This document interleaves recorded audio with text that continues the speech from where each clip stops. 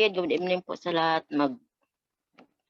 Magdasal po muna tayo. Maghalo-halo lang yung dasal po. Tagalog in Ilonggo. Sige po, mag-umpisa na po tayo. Dakilang alahayam ng aming Ama, Elohim ni Abraham, Elohim ni Isaac, Elohim ni Jacob, Israel, ikaw ang aming nag-iisang Elohim. Abaya Hawa, maraming salamat po na tinipon mo kami subong nga gabi nga mapag-aralan namon liwat ang imo nga banal nga salita, ang Torah.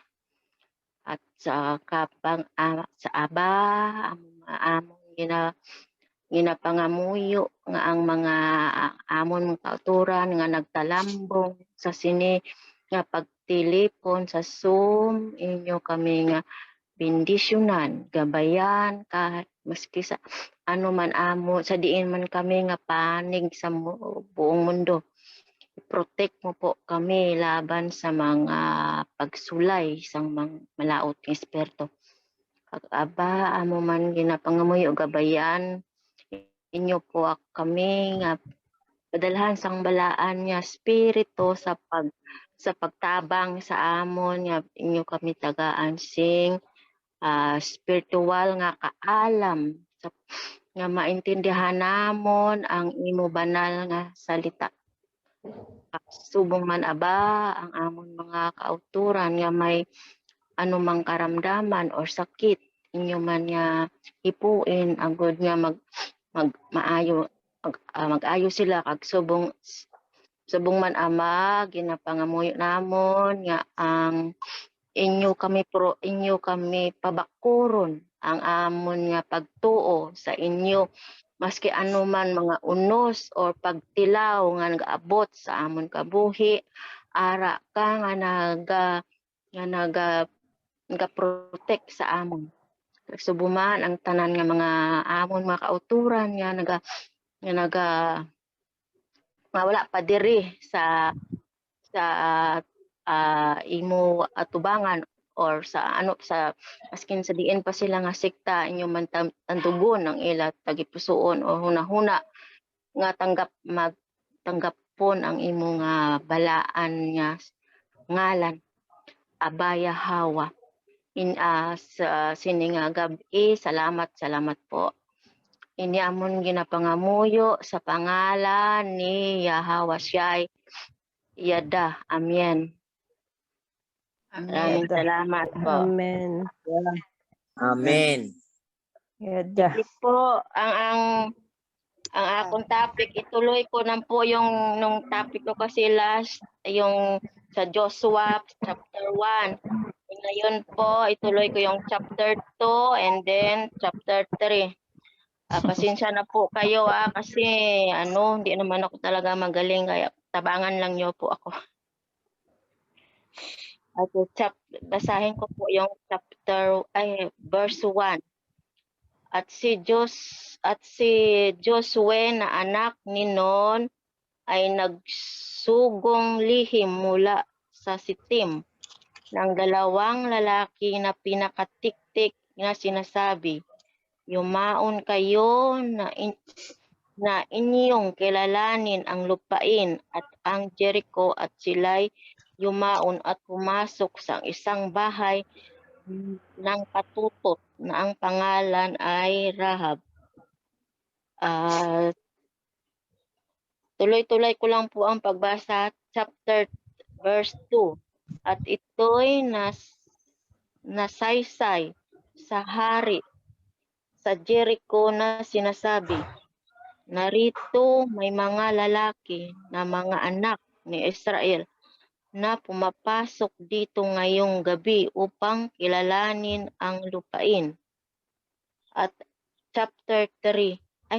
verse 3, at ang hari sa Jericho ay nagsugo kay Rahab na sinasabi, ilabas mo ang mga lalaki na naparito sa iyo na pumasok sa iyong bahay sapagkat sila'y naparito upang kilalanin ang buong lupain. Chapter 4, at Verses 4. verse 4. At pinagsama ng babae ang dalawang lalaki at ikinubli at sinabi niya, Oo, ang mga lalaki ay naparito sa akin, ngunit hindi ko talastas kung sila'y taga saan. At nangyari, verse 5, at nangyari sa may oras ng pagsasara ng pintuang bayan ng madilim na ang mga lalaki ay lumabas at hindi ko talastas kung saan naparoon ang mga lalaking yaon. Habulin ninyong madali sila sapagkat inyo silang aabutan. Verse 6. Ngunit kaniyang sinampa sila sa bubungan at ikubli sa mga puno ng lino na kaniyang inilagay na maayos sa bubungan. Verse 7. At hinabol ng mga tao sila sa daan na patungo sa Jordan hanggang sa mga tawiran, at pagkalabas ng humabol sa kanila ay kanilang isinirahan ang pintuang bayan. Verse 8. At bago sila nahiga ay sinampan niya sila sa bubungan. Verse 9.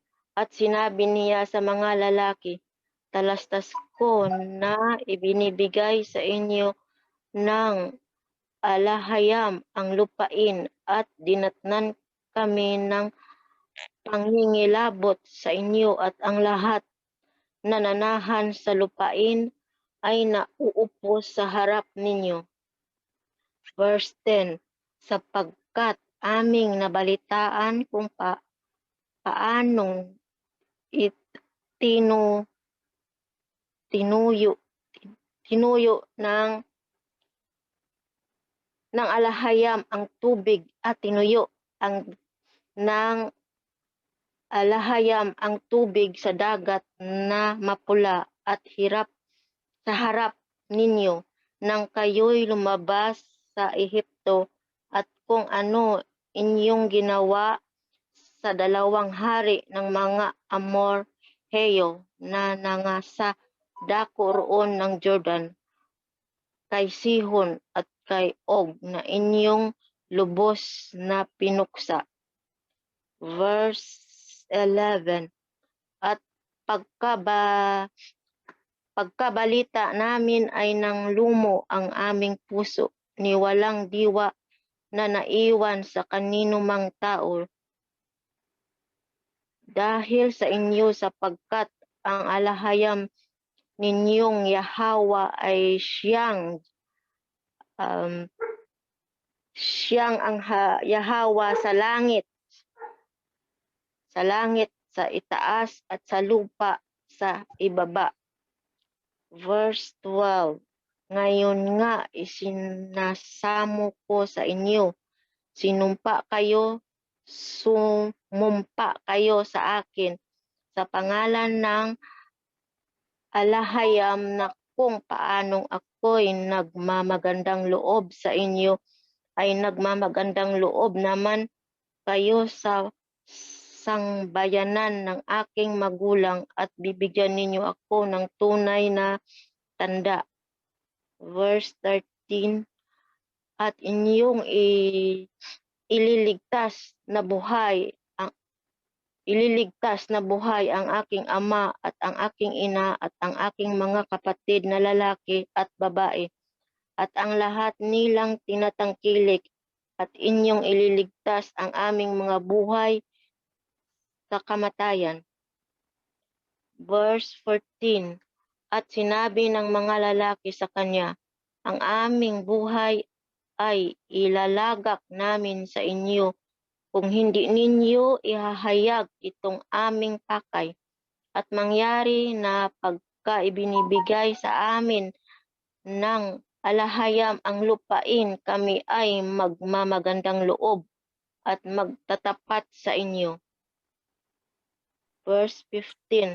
Nang magkagayoy kaniyang pinababa sila sa pamagitan ng isang lubid sa dungawan sapagkat ang kaniyang bahay ay nasakuta ng bayan at siya'y tumatahan sa kuta. Verse 16. At sinabi niya sa kanila, pumaroon kayo sa bundok, baka kayo'y abutan ng manghahabol sa inyo at kayo'y magkubli roon ng 3 araw hanggang sa magsibalik ang mga manghahabol at pagkatapos ay makayayaon kayo ng inyong lakad. Verse 17. At sinabi ng mga lalaki sa kanya, kami ay hindi magpapakasala sa sumpang ito na iyong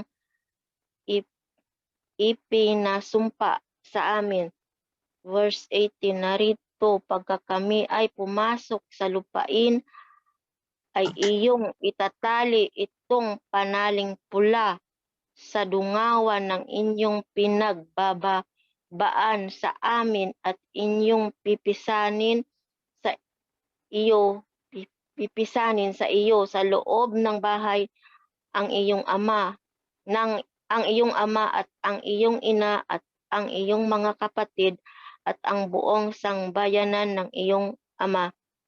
Verse 19, at mangyayari na sinumang lalabas sa mga pintuan ng iyong bahay sa lansangan ay mabububo sa kaniyang ulo ang kaniyang dugo at hindi naman magiging kasalanan at sinumang kasama mo sa buhay ay maghuhulog sa aming ulo ang dugo niya kung may magbuhat sa kaniya ng kamay. Verse 20, ngunit kung iyong ihayag itong aming pakay ay hindi namin ipagkakasala ang pagkapanumpa sa iyo ng iyong ipinapanumpa sa amin. Verse 21, at kaniyang sinasabi ayon sa iyong mga salita ay siya nawang mangyari at kaniyang ipinapagpaalam sila at sila yumaon at kaniyang itinali ang panaling pula sa dungawan. At sila yumaon at naparoon sa bundok at tumahan doon ng 3 araw hanggang sa nagsibalik ang mga manghahabol at hinahanap sila ng mga manghahabol sa lahat ng daan ngunit hindi sila nasumpungan. Verse 23, nang magkagayoy nagsibalik ang 2 lalaki at bumaba sa bundok at tumawid at naparoon kay Josue na anak ni Nun at kanilang isinalaysay sa kaniya ang lahat na nangyari sa kanila. Last verse 24, at kanilang sinasabi kay Josue, tunay na ibinibigay ng alahayam sa ating mga kamay ang buong lupain at bukod dito'y nang liliit ang lahat na nanahan sa lupain sa harap natin. Yan na po ay yung buong chapter 2. Sa pagkaintindi ko po dito, yung nagsugo si Josue nung mga tao na mag-spy or magmatsyag doon sa lupain na yun yung pupuntahan nila.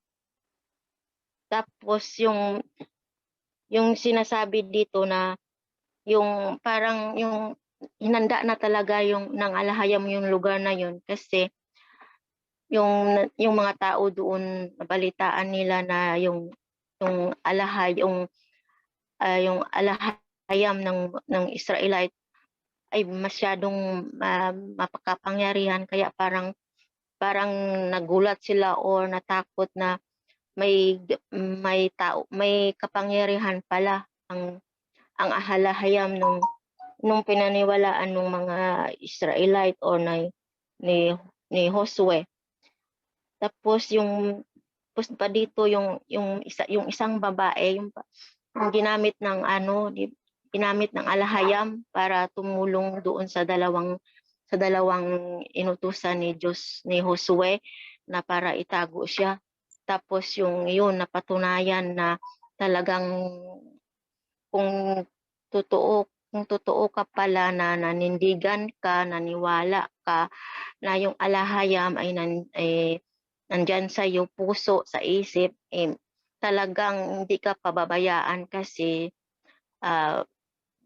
na pinangako sa atin yan ng ating alahayam na kung tapat lang tayo sa Kanya, yung hindi tayo magdududa, yung buong puso natin paniniwalaan siya, yan, yung kahit anong kapahamakan or anumang mangyari, ikukubli niya tayo kasi andyan lang siya parati na sumusunod sa atin. Gagamit siya ng tao na para tumulong sa atin. Yun ang pinaka maano ko dito na talagang kung naniwala lang talaga tayo na yung Ama, yung si Aba ay kasama natin lagi. Huwag tayong huwag tayong matakot or mag-alala kasi alam na natin na kasi alam na natin yung takot kasi natin kasi nagdududa tayo, pero pag yung buo yung paniniwala natin, buo yung pagtiwala natin sa Aba, hindi tayo pababayaan. Yan lang po. Salamat. Kung sino po may magdagdag, open po. Maraming salamat po. Yada. Maraming salamat, sis. Mga kapatid, sinong may idagdag sa Joshua chapter 2, whole chapter?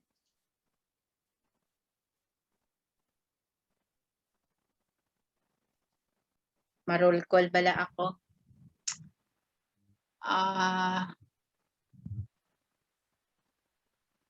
Bro Lyndon.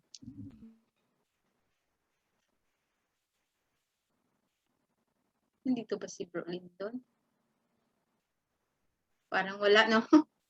Nalaglag siguro. Si Bro J.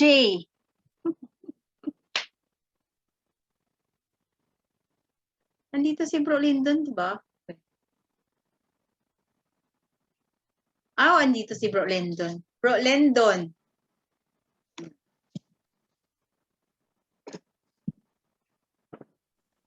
Opo. Dagdag po or pag-share about sa topic.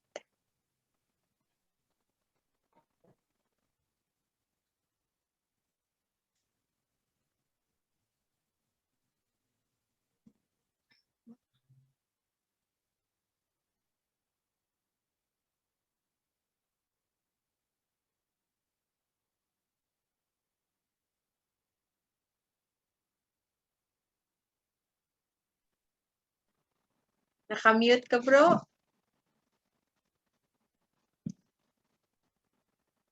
Wala kang i-dagdag, bro Lyndon? Ay, okay. Nalaglag din ako. Sorry, mga kapatid, nalaglag ko. Di ko nasundan. Okay.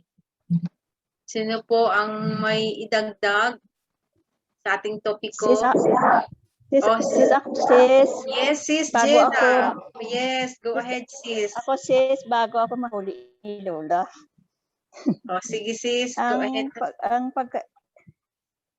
Ang pagkaintindi ko dito, sis, lahat tayo ay pantay-pantay sa side ni Aba ba, sa harapan ni Aba, kasi dito ginamit si Rahab, di ba? Anong klaseng si Rahab, siyang patutot or prostitute, pero hindi tumingin si Aba sa kanyang personal na ginagawa or in worldly na ginagawa niya. Pero siguro tiningnan ni Aba, I'm sure na tiningnan ni Aba yung puso niya na pwede siyang gamitin ni Aba na may ano siya ba, may concern siya sa mga spy ni Aba na ano niya bang buhay niya, ilagay niya rin sa ano ba yun, sa katalagman, sa ano ba yung katalagman doon, sa kapahamukan para lang makatulong sa spy ni Aba. 'Di ba? 'Di ba? Tapos ano din siya, alam niya din na si Aba ay tapat sa mga pangako niya, sa mga ano niya, sa mga katauhan niya, na kung may hihingin siya, ibigay din ni Aba ang kanyang hingin, 'di ba? Hiningi niya na i-ano ang kanyang spare ang kanyang mga pamilya. Kaya yun, naniniwala din siya na tapat si Aba sa kanyang pangako at talagang may pagmamahal siya sa kanyang mga people. And the most important thing na ano ko din, nabalaan ko din nga si Aba look at as ano ba, yung pantay-pantay. Walang mayaman, walang mahirap, walang masama, walang mabuti. Kung taos-pusong tayong magsisisi, handa si Aba na magtanggap sa atin at gamitin tayo sa kanyang gawain. Yan lang po, sis. Salamat po. Amen. Salamat, sis. Salamat, sis. Sino pa po? Okay. Nawala ako, sis. Nawala ka. O sige na, sis. Go ahead. Nahulog ako.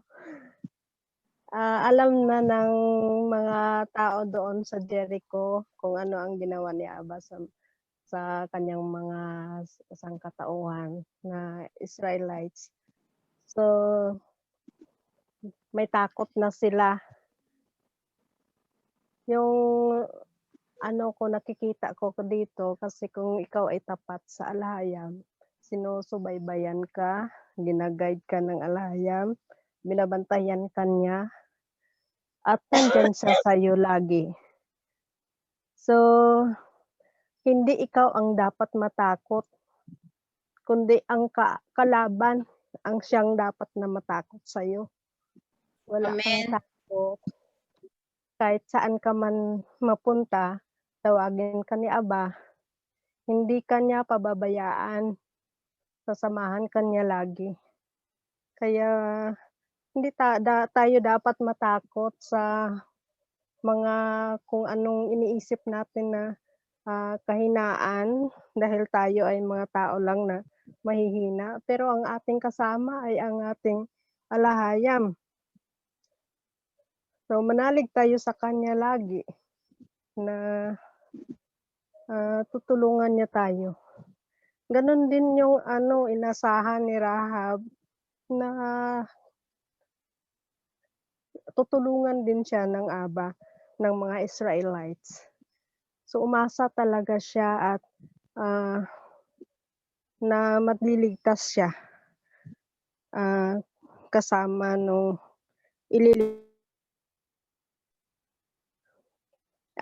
naririnig po ba ako, sis? Sis, narinig ka? Go. Okay. Continue rin, sis. Ayan, yan lang po, sis. Okay. Mga kapatid. Yada. Maraming salamat, sis. Sino pa po? Yada.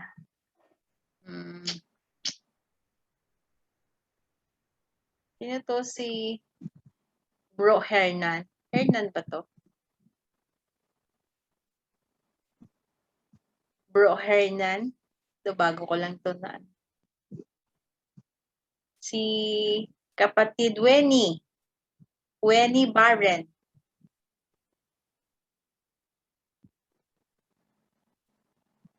Parang hindi nila ako narinig, ano? Si sis. Sis, wala na ako magdagdag. Okay. Salamat, bro. Sino pa?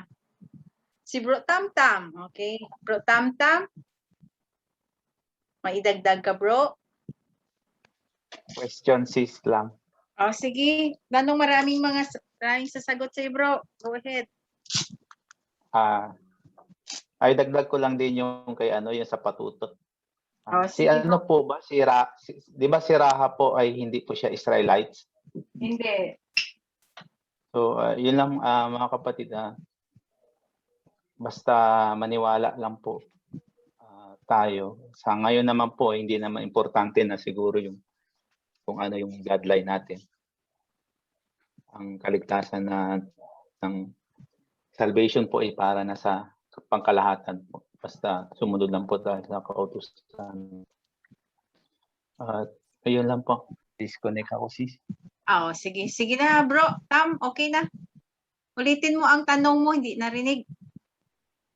Yung question ko, kasi si Raha ay nagsinungaling para po maitago niya yung dalawang spy po na taga-Israelite. So, anong tanong mo? Bakit Veronica. Okay lang ba magsinungaling? magsinungaling? Okay lang ba magsinungaling para sa ating Aba? Sa ikakabuti ba? Sis Veronica? Good evening, bro. Ay, sa lahat. Para po sa akin,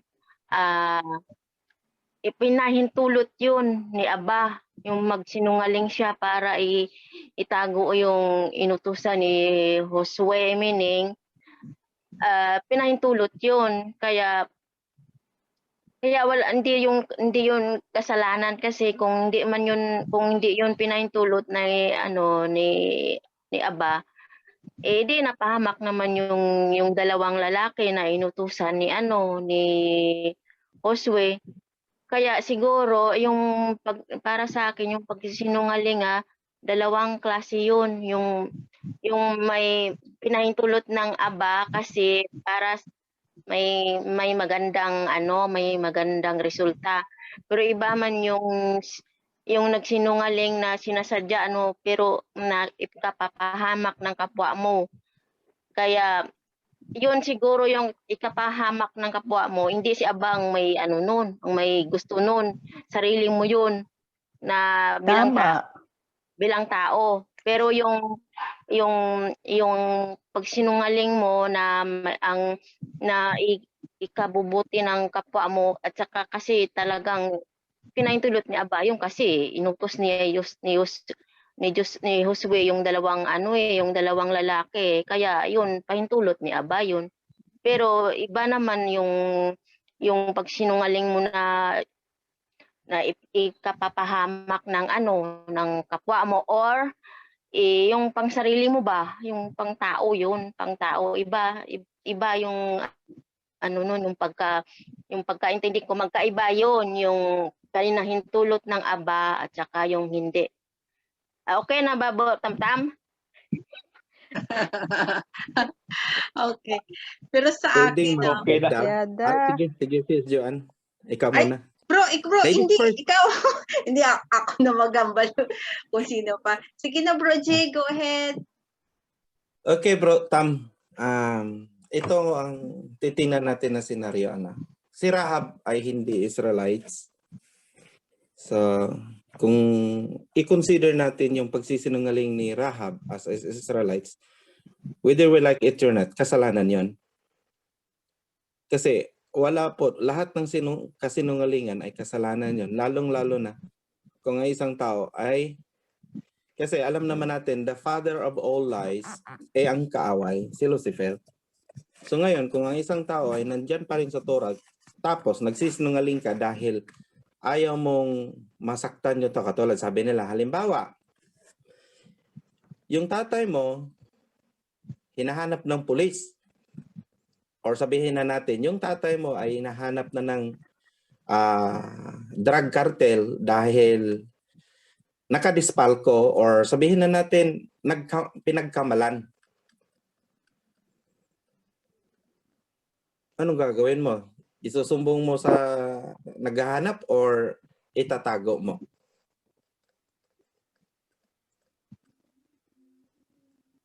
As a Torah believer, halimbawa lang, yung tatay mo na pagkamalan na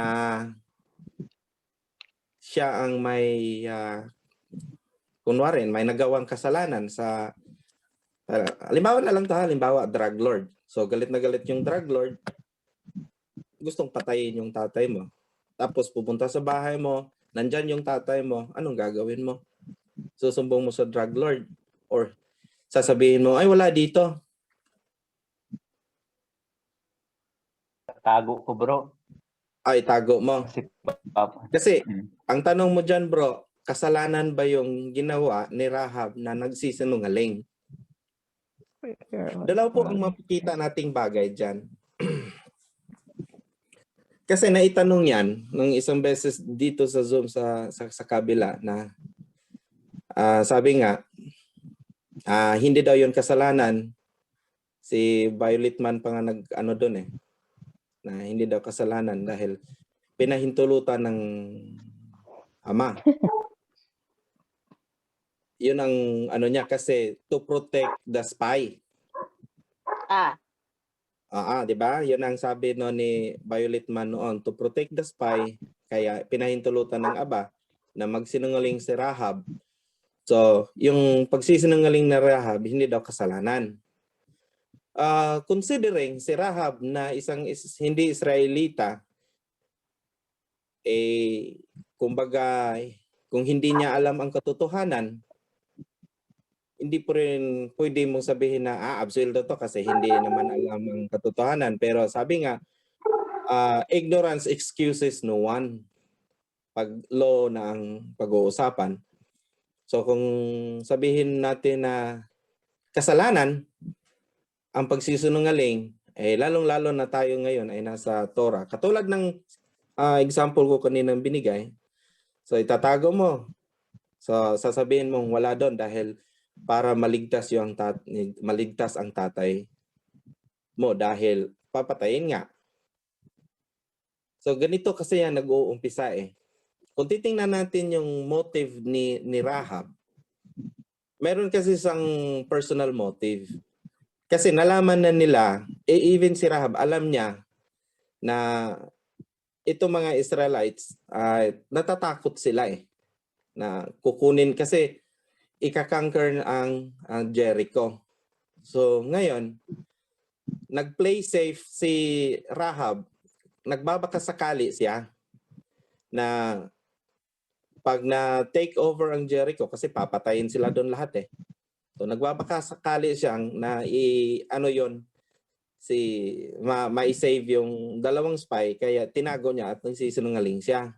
So yun pinaka-issue doon Kasi tingnan mo dito sa huli na paano ko malalaman na tutuparin niyo yung mga pangako. Kaya sinabihan sila na magtali ka ng pulang ribbon para maiwasan yung pag-slaughter sa pamilya mo. So yun ang ginawa yung pinagawa. Kung may isa man sa inyong pamilya lumabas, ay hindi na namin obligasyon yon kung mapatay man yon, yung mga ganon. So titingnan natin kay Rahab, personal interest niya, personal motive niya, bakit siya nagsisinungaling. Maari din yung mangyayari sa atin, yung mga personal motive, personal interest.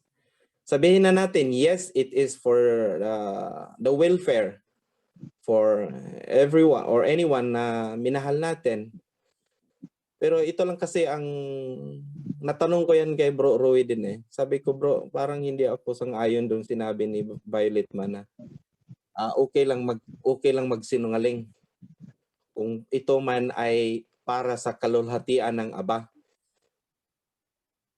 Kaya hindi ko yun malunok yung gano'n na reasoning or pagpapaliwanag nung sa Zoom. Gusto ko nga sanang doon kaya nagpigil lang ako na okay lang daw magsinungaling para sa kalulhatian ng alahayam. Sabi ko, hindi nasisiyahan ang alahayam sa masama or sa mali, di ba? He takes no pleasure on yung sino yung sa kasalanan. Sa halip, inaano nga niya yan pinaparusahan niya ang taong nagkagawa ng kasalanan. So ngayon, bro Tam, sa akin, kung ako sa paano sa ano ko lang to na, hindi ko naman i-ano ko sa inyo na lahat po ng kasinungalingan ay kasalanan. Whether sabihin nating white lies or lies, kasi pakatandaan natin, the father of all lies is the devil. So lies always comes what is the motive of the heart. Kasi sabihin na natin na ginamit si Rahab, yes. Kasi yun ang istorya. Pero sa isip nyo ba kapatid, hindi kayang protektahan ng alahayam yung dalawang ispeya? Considering without Rahab on that his story, hindi ba kayang protektahan ng alahayam yun na kahit nga yung tubig kaya niyang kahit wala namang hindi kaya gawin ng alahayam eh. Kasi lang ang kumbaga napipicture out lang din yun. Ang nabibigyan kasi ng ano doon is yung pagsisinungaling ni Rahab na iligtas. Yan ang pinaka term. Nailigtas yung espiya dahil nagsisinungaling si Rahab at itinago yung dalawang espiya. So yun ang yun kasi ang na-highlight eh. Pero kung titingnan natin ng kakayahan ng alahayam, hindi na yun kailangan na magsinungaling si Rahab. Naisulat yun kasi yun ang totoong nangyari. Pero hindi ibig sabihin na ini-encourage ang bawat isa sa atin na magsinungaling para sa kalalatian ng alahayam. Pwede ba yun? That our alahayam is the alahayam of truth. Hindi po pwede na hindi po naman sinabi na he is the alahayam of half-truth. He is the alahayam of whole truth. So, para sa akin, hindi po pwede ang magsinungaling. Dahil kasalanan po yan. At alam po natin, sinabi ko na, alam natin kung sino ang tatay ng sinungaling.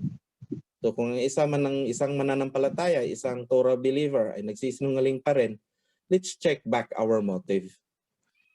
Let's check kung ano ba yung interest ng isang tao. Kasi it's always goes back kung ano ang motibo eh. Bakit nagsisinungaling? Anong motibo? It's always motives and interest.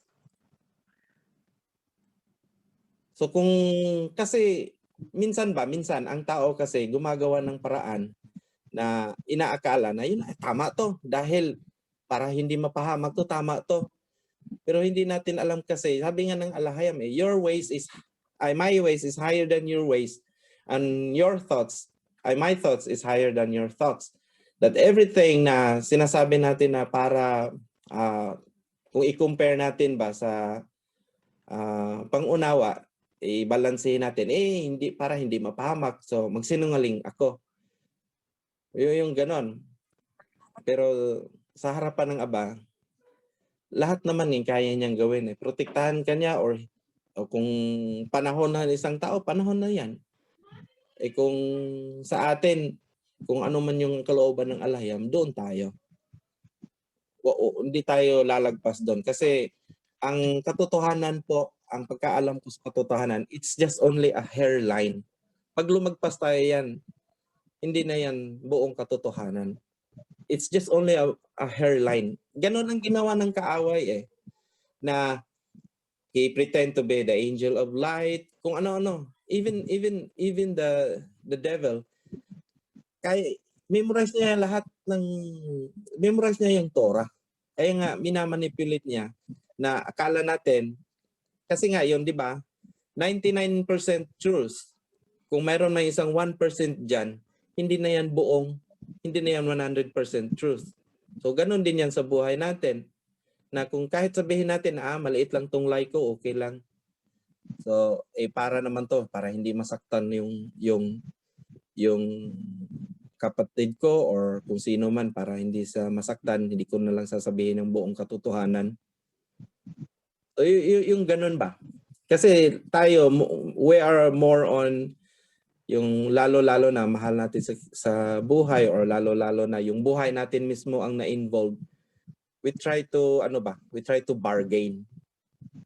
Ang masaklap lang, yung bargaining chips natin is yung one of the best bargaining chips is yung lying. para hindi tayo mapahamak, para maabsuelto ang ating sitwasyon.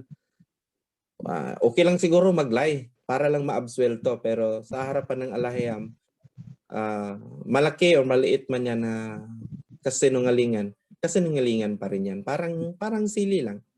Malaking sili, maliit na sili, sili pa rin yan. Yung ganun ba? Na there is no half truth or half lie. Hindi pwede yun sa akin. So Bro Tam, ang kasinungalingan po para sa akin ay kasalanan. Hindi po yan.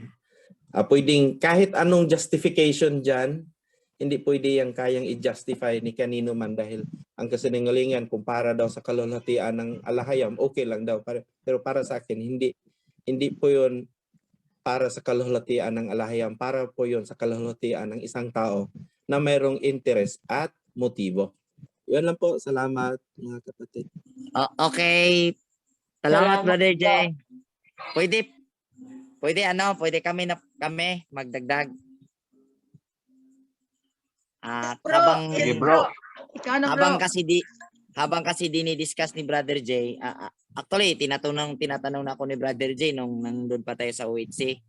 At ngayon po, habang nag-discuss si Brother Jay, nag-uusap po kami ni Brother Rex tungkol dito. Tapos sabi niya, ganito, nakakabuo po kami ng ganitong view. At gusto kong ibahagi sa inyo na ganito yung pwedeng nangyari niyan. At maganda yung kaya doon ko na si Brother J na let us check our motive. Kung bakit gagawin ang ganon. At kung titingnan natin, una ko muna to kay Rebecca, Rahab.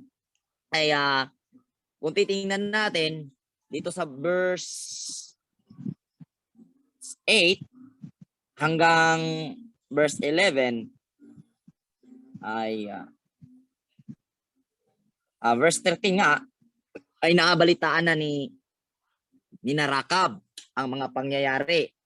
At ang nangyari po, ang buong Jericho ay natakot at kinikilabutan sa balita na ang Israel na ito na nasa panaw, nasa journey ay sinasamahan ng kanilang Elohim. At kung titingnan nga natin, si Rakab ay Jericho, dahil itong si Rakab ay hindi ito mananampalataya. Masabi natin hindi mananampalataya, pero dahil nabalita ang Israel, dahil marami na po silang tinalo sa kanilang journey, ay nakikilala na rin, naging balita rin ang pangalan ng Elohim. Dahil si Rakab ay ni-mention niya dito yung pangalan ng Elohim ng Israel. At ang nangyari po ay itong si Rahab ay nagdesisyon, kung tingnan mo yung statement niya, ay pumanig doon sa side ng Israel. Dahil sa narinig niyang balita, kinikilala niya ang Elohim na sumasama sa Israel. So baga ang takot ni Rahab ay nandoon na sa nandoon na sa Elohim at nakabuo na po ang mga bali-balita ay nakabuo po ng pananampalataya ni Rahab sa Elohim na nasasabi na sumasama sa Israel, na which is yung si Abba Yahweh. Kasi mini-mention dito. At masasabi natin at maaanalisa natin na doon na siya pumapanig at nagkaroon siya ng pananampalataya doon. Dahil kung tituusin natin, babalik sa mga balita, baga naniniwala siya na tunay na Elohim ang kasama ng Israel. So ngayon, ito sabi ni Brother Rex, may pag-uusapan, masatawag na kasinungalingan kasi ang salitang bakak sa Bisaya, pag mingon kag bakak, pag term na bakak, termino na pagsisinungaling. Yan ay masama or nasa panig ng kasamaan. Tama po ba? Kasi pag term na sinungaling, diretso mo yang mauunawaan or uunawain na masama. Tama po ba? Yeah. Tama po. Kaya Sama ang magbibigay po tayo ngayon ng dalawang sitwasyon, senaryo. Ganito yung senaryo. Katulad kay Brother J na senaryo. Sabi ganito, yung tatay mo sabihin na nating informer. Mm. Informer ng pulis ba? Mm. Tapos, galit yung mga drug lord. May drug lord, galit. Kaya hinahunting yung tatay mo kasi informer. Mm. Tapos, one time, na dyan sa bahay, pinuntahan sa bahay niyo. Tapos, ikaw ang tinanong. Tapos, nagtago yung tatay mo. Asaan yung tatay mo? Sabihin mo talaga, wala. Kahit alam mo, nandyan, nagtatago. Sabihin mo, wala. Umalis. Mm. So, matatawag natin na sa ating pagkakaalam, pagsisinungaling. Oo. Pero kung titingnan natin, yung naghahanap mga masasamang tao. Oo. At ang tatay mo matuwid dahil nasa panig siya ng batas. Dahil siya ay informer. Mm. Ito yun, pagsisinungaling yon sa pagkakaalam natin. Mm. Pero balik rin natin sitwasyon. Ganito, tatay mo drug lord. At maraming nasisirang buhay. Mm. At posibleng may pinatay. At isang araw, pinuntahan ng pulis, may warrant of arrest. Mm. Or may order to kill. Tapos tinanong ka, asan tatay mo? At kahit alam mo, dahil tatay mo, sabi mo, ay hindi, wala ngayon. Umalis. Kanina pa yung umaga. Pag sinungaling. Ngayon, paano natin maiisip ang salitang pagsisinungaling? Kasi pag ang analisisyon namin, gusto din namin ibahagi sa inyo na ang salitang pagsisinungaling, panig sa kasamaan. Mm. Dapat, yun ang dapat na pagka panig kasamaan, pagsisinungaling yan. Pero pag alam mo na nasa kabutihan yan, hindi natin masasabing kasinungalingan. Kasi sabi nga, ang kasinungalingan ay kasamaan. Mm. At ngayon, kung balikan natin yung unang senaryo, kung yung naghahanap kanina, tatay mo ang informer, tapos drug lord yung naghahanap, pag isinumbong mo ang tatay mo dahil ang nasa isip mo, ayaw mong magsinungaling, pumanig ka sa kasamaan. So ikaw ngayon ang sinungaling. Mm. Dahil hindi mo iniligtas yung tatay mo. Sinungaling ka na hindi mo pinaglaban ang katarungan. Pwedeng ganon. Naging masama ka. Dahil sa katayuan mo na ayaw mong magsinungaling. Pwedeng ganon. Ngayon, pag nandun ka na naman, naging drug lord yung tatay mo, tapos sinanap ng pulis, may order na shoot to kill, or may order na huhulihin, pero dahil may prinsipyo ka na ayaw mo magsinungaling, itinuro mo nandyan si tatay. Ngayon, kayo ang mag-isip kung pwede bang tama ba yung naisip at pumasok sa diwa namin na ang masasabing pagsisinungaling yung panig ka sa kasamaan. Kumbaga, yung pagsisinungaling means yung nakakasira ba? Kasi hindi ko mai-elaborate pero I mean yung pagsinungaling na salita kasi pag sinabing baka masama. Pero pag hindi masama, hindi yan bakak. Hindi yan sinungaling. Kasinungalingan. Kasi hindi bakak eh. Pumapanig ka sa katotohanan, pumapanig ka sa katarungan. Malalim. Sige, kayo na nga eh. Okay, ganito. Ikaw bro, Rex. Ikaw. Okay na sana yun. Yun na yun. Okay, ano lang po, bibigyan lang po natin ng konting linaw tungkol sa dalawang senaryo. At klarado naman po yun na yung unang senaryo nagpapakita na ang tatay mo ay mabuting tao tapos hinahabol ng kriminal at ikaw na tinanong bilang anak ay siyempre sinasabi mo na wala iyong tatay upang maproteksyonan ang iyong ama. So para sa sukatan ng tao, yun ay consider as pagsisinungaling pa rin. Dahil yun na nga, hindi sinasabi yung katotohanan na nandyan ang kanyang ama sa loob ng bahay. So sa pangalawang senaryo naman ay baliktad. So ang kanyang ama ay kriminal tapos sinahabol ng mga pulis. Tapos ikaw ang tinatanong. So ang sinabi mo, wala dito ang aking ama.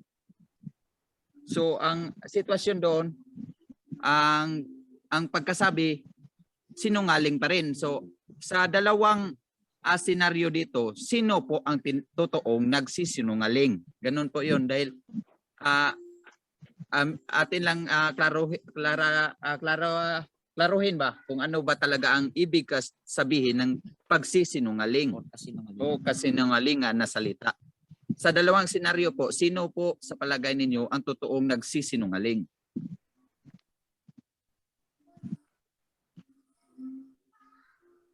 Parehas sinungaling.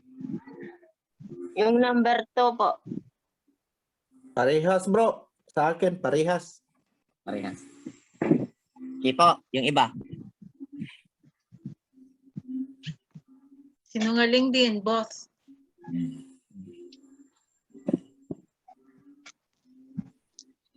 Okay. Kung ganito, anuhin ko. Kung parehas nagsisinungaling, ano ba ang kahulugan ng salitang sinungaling or pagkaunawa natin?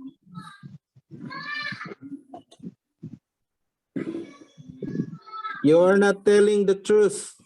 Hindi ka Okay. nagsasabi ng totoo. Ano ba ang truth?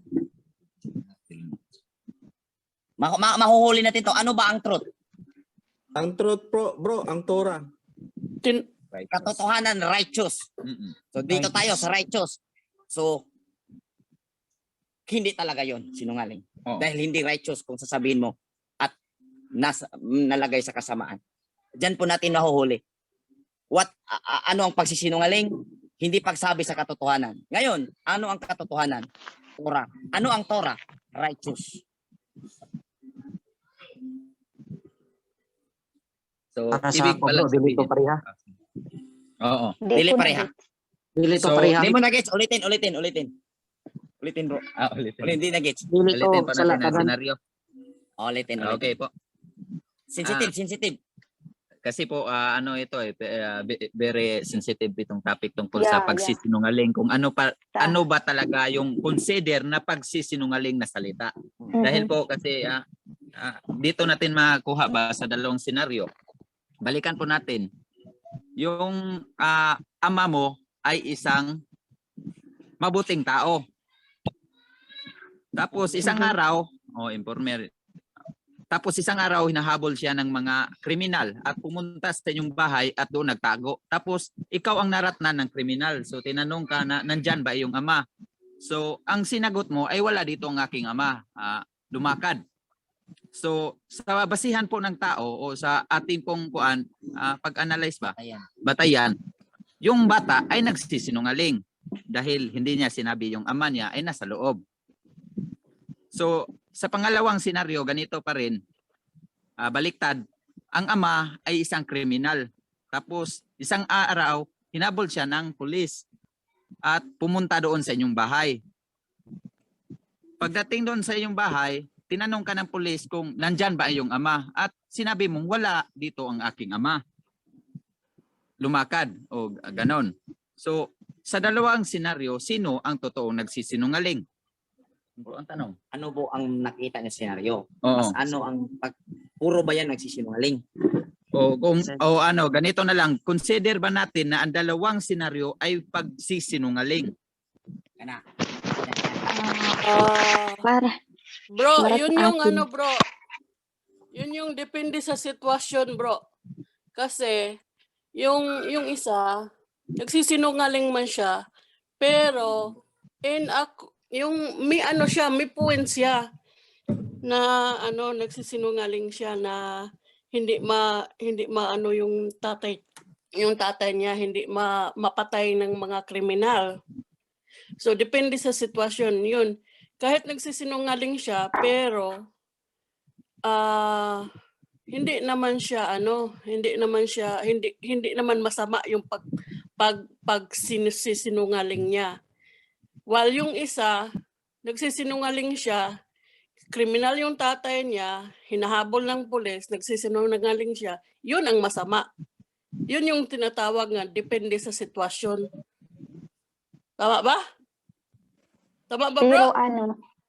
Pero kasi nga sabi, ang ama ng kasinungalingan, white lies man yan or is alam na natin kung sino. Nakakalito. Nakakalito, Bro Rowie.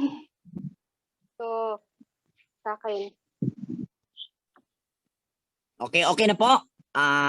Ulitin ko yung Kaya ulitin ko. Si Sis, Badia. si Sis Abadja may comment po. Okay, Sis Abad. Go ahead. sa akin parehong mali. Kasi parehong pagsisinungaling yun. Ngayon, yung isa lang, yung meron siyang, kumbaga, parang motibo na parang selfishness kasi syempre gusto niya iligtas yung tatay niya. Na alam naman niyang walang ginawang mali, di ba? Yung tama ba, yun ba yung pagkasabi? Na parang Tama. napagbintangan lang. Ah. So, kahit napagbintangan, nagsinungaling pa rin siya. So, yun, pwede niya ihingi ng tawad yun. Tama. Pero, mali pa rin yun kasi kasinungalingan yun. So, walang mali na gagawing tama. Tama. Pero pwedeng ihingi ng pwede nating ihingi ng hingi ng Ng tawad. tawad. Okay. Pwede naman yung boss ihingi ng tawad. Pero mali pa rin Okay. yun, yung ginawa na yun. Okay, balik tayo sa senaryo ni Rakab. Si Rakab, nailigtas po siya at pinangakuhan dahil sa ginagawa niya. May mabasa po. Kaya hindi siya dinamay ni Josue dahil sa ginawa niya. So, balikan natin yung tanong ko kanina. Ano ba ang pagkakaunawa niyo sa salitang sinungaling or pagsisinungaling? Siyempre, not telling the truth. Not Only telling the truth. truth. Wala magsulti sa kamatuoran. Hindi nagsasabi sa totoo. Ngayon, ano ba ang katotohanan? Siyempre, ang Torah, ang word. Ano ba ang Torah? Ano ba ang purpose ng Truth. Torah? Truth. Righteous. Righteous. Para Justice. para tayo po ay maging righteous. Ngayon, ang tanong ko, alin sa dalawang senaryo ang desisyon ay masasabi nating righteous? Siyempre, yung second, yung kinover Yung niya. una, bro. Okay, Yung yun. sa So, una. hindi yun pagsisinungaling. Dahil sa Hindi yun isip lang ng tao na ang ganon senaryo ay pagsinungaling na generalize nila, na generalize. Dahil kung titingnan mo, alam mo yung unang senaryo, alam mo yung tatay mo matinong tao. Tapos pag sinumbong mo sa kriminal, ang mangyayari, kumampi ka sa masama. Criminal. So, hindi na righteous. So, hindi ka na righteous ang pag-iisip mo. Hindi mo kasi senaryong ito at ang sitwasyong ito hindi mo makukuha kung idaan natin sa isang sa isang words na pagsisinungaling. Pero kung ganito po natin pinag-aaralan, binigyan natin ng dalawang senaryo at aalamin natin kung ano ang kahulugan ng pagsisinungaling, hindi nagsasabi sa katotohanan. Ano ang katotohanan? Ang katotohanan ay ang Torah or ang righteousness. So kung righteousness ang pag-uusapan, balikan natin ang senaryo. Alin sa senaryo ang nagpapakita ng righteousness? Yung una. Scenario 1, bro. Hindi yan pagsisinungaling. Kasi ang pagsisinungaling na salita ay kampi sa masama. Kampi. Ang pangalawang senaryo, yun ang pumapanig sa masama. Kung ituturo mo ang tatay mo na kahit alam mong matuwid. Kaya lang mga kapatid, kung sabihin natin na ang pagsisinungaling, diretso mo sabihin ang pagsisinungaling, gawin mo ang pagsisinungaling para sa kaluwalhatian ng Ama. Ang nangyari po kasi ngayon, gumagawa ng mga drama-dramang mga testimonyo para sa kaluwalhatian ng Ama. Pagsisinungaling yun. Hindi natin masasabing ano yun. Okay yun. Okay dahil gumagawa ng istorya para mapagpupurihan ng Ama. Hindi yun tama. Pero yung ganitong senaryo, kasi yung binigay nating senaryo, realidad yon. At ganito rin yun ang nangyayari kay Rakab. Kung makikita natin, alam ni Rakab na ang mga Israel ay, ang Elohim nila ay ang tutunay na Elohim. So righteous kasi tunay na Elohim. Kaya may pananampalataya o may tiwala na si Rakab na ang mga taong ito dahil sinamahan sa tunay na Elohim righteous, kaya pumanig siya Sa righteous. sa righteous. Hindi consider na pagsinungaling. Oh, ganun. Pero iwan ko lang kung maano ninyo. Basta yun ang Tama, ano bro. ko na ano namin. Tama Ito, po. ang nakita ko Tama yan, kasi, kasi naka-encode ba sa memory ng mga tao, lahat na tao, na ang pagsisinungaling ay kasalanan. Kasi na-generalize, wala man lang nag-explain ba ang meaning ng specific meaning ng Kasinungalingan. kasinungalingan. Ay kasi pag sabi natin nga kasinungalingan, pag sinabi na andyan ang may pera ka pa ba dyan? Sasabihin mo, parang ano ka ba? Do may guilty conscience kami nga na ay wala na akong pera.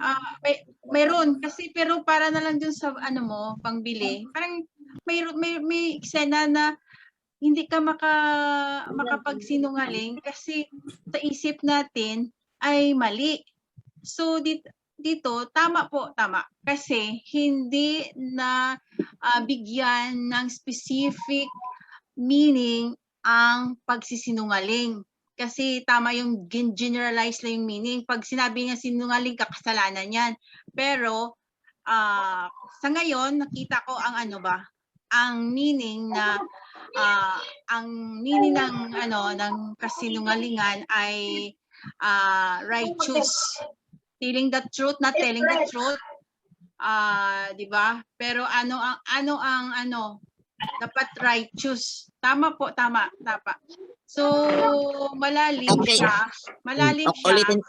Oo. Ulitin ko si Joa. Tama yung ano mo. At ulitin ko. Ang naging nangyari kasi ganito yun eh. Na nagkamali yung lahat ng paggamit ng term na ang gawain yon ni Rahab ay pagsisinungaling. Yun ay righteous po yun. Gawaing righteous. Dapat yun. At dahil sa puntong yon, na-inject sa mga sa mga tao na may white lies. Ngunit walang white lies. Lies is lies. Lies is lies. Kaya yung gawa ni Rahab, hindi yun lies. Ano po yun? Gawa ng kabutihan. Agree po ba kayo? Parang ayaw. Kasi nakita ko yung explanation mo, bro. Kasi yung ang meaning kasi ng isang truth is righteousness. So kayong mga tao doon na nagpunta, ang nagkaman sa kanila ay siyempre Elohim, righteous yun. So nagpanig siya sa mga righteous men. Meaning ang ginawa niya ay hindi siya nabilong sa kasinungalingan sa harap ng Aba kasi righteousness yun eh. Pero sa harap naman ng tao kasi na-inject na sa amin, kahit ako, kung hindi ko na ang yung truth is righteousness, ay makasabi ka talaga na kasalanan, walang maliit at malaking kasinungalingan, kasalanan lahat. Pero sa inopen mo na nilahad mo na meaning ng righteous ng lie ngayon, ma-identify na namin na ang truth is righteousness. So kumbaga na namin ba ma-establish na namin ang kung sa tao kasinungalingan to, pero hindi kasi ito ay you are telling the truth because righteous yung mga tao doon na nagpunta sa kay Rahab. So meaning sa ngayon ang ginawa ni Rahab na pagsisinungaling is hindi kasalanan kasi umanig siya sa righteousness. She's telling the truth nga parang gano'n, di ba? Tama po ba? Pero sa akin convinced po ako. Kasi noon na-inject sa isip ko, pag sinabi mo na nagsisinungaling, kasalanan yun. Kaya may guilty conscience ako na pag nagsinungaling ako na pinaproteksyonan ko, may pinaproteksyonan ako sa aming pamilya na hindi ako kung sasabihin ko before na, ay wala siya dito, doon siya, para maproteksyonan niya hindi mag-away. So, ano pala yon para ngayon ko lang ba na ito pala. Kasi kung hindi natin nalaman ang meaning, may guilty conscience, may naka-inject dyan sa memory natin na kasalanan yun. Sa akin lang yan sa akin na pakinggan ngayon at na-explain very well. Sa akin, convinced po ako na tama po ang sinabi ni Bro Rowie. Sa akin lang yun. Ewan ko sa inyo mga kapatid. Kasi clear ako ngayon kasi hindi na-establish ito pala ang truth, righteousness. Kasi truth yun. Okay. Yan lang po. Okay. Mga kapatid, ibinigay po lang namin yung hindi po namin sinasabi na napilitan namin na yun na yung tama, ngunit binigay lang po natin yung realidad ba na mga kaganapan, which is pinakita po natin pinakita po natin yung sinabi natin ano ba ang kahulugan ng pagsisinungaling, ano ba ang pagkakaunawa niyo, sabi not telling the truth. So kaya po natin nahanap dahil tinanong natin kung ano ang truth. Ang truth ay ang katotohanan, yung Torah. Ano ba ang Torah? Righteousness. So bumalik tayo sa senaryong yun, alin ang nagpapakita ng righteousness. So doon po natin nahanap na hindi pala yun pagsisinungaling. Kasi kung salitang sinungaling, panig sa kasamaan. So yun ay act of righteousness. Pwedeng ganon. Hindi So, yun white lies. hindi yun white lies. Pangit, walang white lies talaga. So lies is lies. So yun ay matatawag natin na gawa ng kabutihan. Ganon po ang damang termino sana nun. So kung ating titingnan po, balik tayo sa Torah, mayroon pong tinatawag na City of Refuge.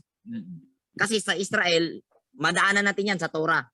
Madaanan natin yan. Nagtatagpo sila ng City of Refuge na ang mamamahala ay ang mga kuhanim, mga pare. At kung ikaw ay nakapatay, ay doon ka tatakbo. Dahil pag hindi ka tatakbo at maabutan ka ng kamag-anak ng napatay mo, ay wala siyang, pag nagantihan ka, walang kaso. Hindi ka makakano. Pero pag tumatakbo ka doon po ililitis ang kaso. So, pag nakarating ka sa City of Refuge, tapos hinabol ka, proteksyonan ka ng mga nangangasiwa sa City of Refuge. Kasi act of righteousness. Kasi kailangan nilang gawin ang kung ano man, sabihin nila, oy, hindi ka na pwede pumasok dito dahil kailangan pa nating anuhin. So, kung sabihin man natin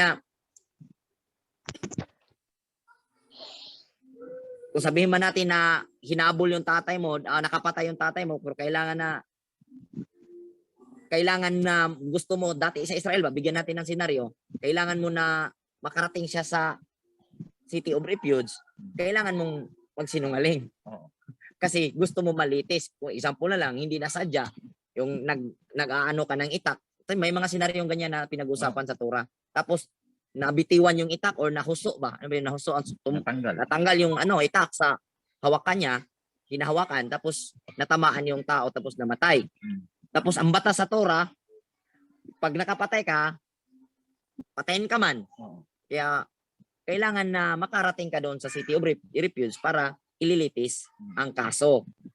Yun po, kung hindi ka pa nakakarating doon, tapos may maghahanap, kailangan mong tumago. At kailangan may magsisinungaling para ma-proseso ang righteousness. Konsensya mo naman na sinabi mo, ay napatay, tatay, or nakakita ka na, alam mo namang hindi sinasadya. Dito natin makikita ang meaning ng Torah ba.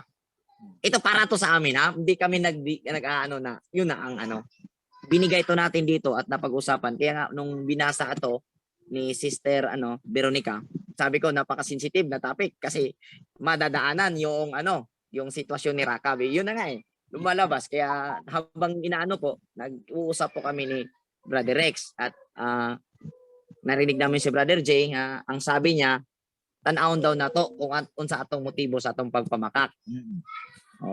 Makita nato na ay nakita nga ang giangalan man gud ni Brother J last ni Violet man kasi ang sabi niya pwedeng magsisinungaling para sa kaluwalhatian ng Ama.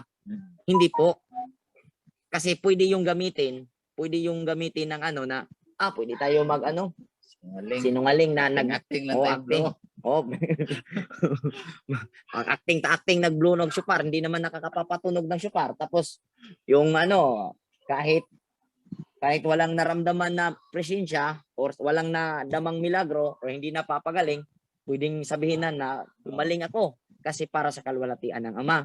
Yun na yun ang inaayawan natin at i-prevent. Kaya walang white lies. Ang mayroon na ganong senaryo, yung tamang termino sa ginawa ni Rakab para sa akin at para sa amin ni Brother Rex, hindi po yun matatawag na lies, kundi yun po ay gawa ng kabutihan. Gawa ng matuwid. Amen. Pwede po magdagdag po kayo or kung mayroon po kayong nakitang ibang anggulo na pwedeng po natin, sige po. Si Bro Welly, nag-hands up kanina. Bro Welly, go ahead. Good evening. Narinig niyo ko? Yes, bro, go ahead. Good evening. Ang sa akin lang na sa akin na pangunawa sa nasabi na kasinungalingan. Yung una yung nagsinungaling para maligtas yung yung tatay ba yun? Kasi sa pagkaintindi ko, sinungaling siyempre masama yan, negative. Pero kung gagamitin mo naman sa kabutihan, mabuting outcome, ibang ibang bagay. Pareho naman sa kabutihan, gamitin mo sa kasamaan. Alin ba ang matimbang doon? Kasi lahat naman ng bagay ginawang balanse. Lahat ng bagay may kaakibat na kabutihan, may kaakibat na kasamaan.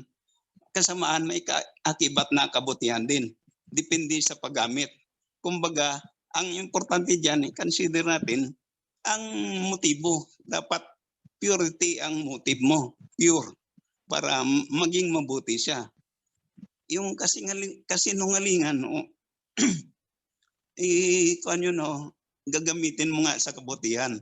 Kasi kung sa sa mga laws of principles, ibabalance yan Kumbaga kung itong ginawa mga masama pero nagresulta naman ng kabutihan, ibabalance. Ganun ang sa principle. Kaya kung ang diyan depende sa paggamit mo. Halimbawa nga kutsilyo, ano bang kutsilyo nakakabuti o nakakasama? 'Di ba? Pareho nakakabuti, pareho rin nakakasama. Depende sa paggamit. Kung gamitin mo sa masama, masama talaga. Pero kung gamitin mo sa kabutihan, kahit masama 'yan, nakakabuti siya. 'Di ba ganon? Narinig niyo ko? Okay. Yes, Kasi bro. ang salita kasing masama, kuya, tama po yung mo, pero doon po tayo sa salitang masama na gagamitin, ang masama, gamitin sa kabutihan, maging mabuti.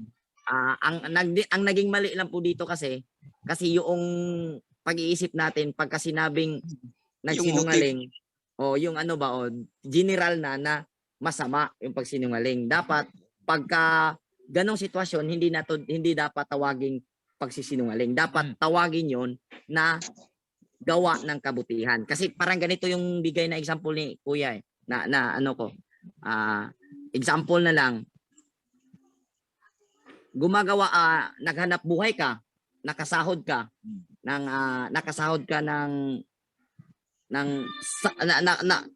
pera ba, nakasahuran ka, tapos yung pera mo mabuti yon, nakasahod ka, tapos binibili mo ng nakakasama sa iyo. Chabo. Tapos nakakasama 'yon. Ganon, parang ganon. Tapos ganito rin, baliktarin din natin. Gusto mong makatulong, wala kang sapat na pera, pero gusto mong makatulong, nang hold up ka. Parang ganun ang punto ni Kuya eh. Pero doon sa issue ni Rakab, dapat hindi tatawaging kasinungalingan yon. Dapat tawaging gawang kabutihan. Dahil alam niya na ang Elohim na ang sumasama sa Israel is ang tunay na Elohim. Kaya gumagawa siya ng kabutihan. Panig sa Elohim ng Israel. Kaya po siya nakapagdesisyon ng gano'n dahil nabalitaan nila. Ganun po yung senaryo. Tama yung ni Kuya Willie. Pero yung term kasi na ang kasamaan, gamitin mo sa mabuti, maging mabuti, hindi pwede kasi ang mangyari, kasamaan, ganito yung kasamaan, nang hold up ka, masama yan. Tapos ibinigay mo, maging mabuti. Hindi, masama talaga yan.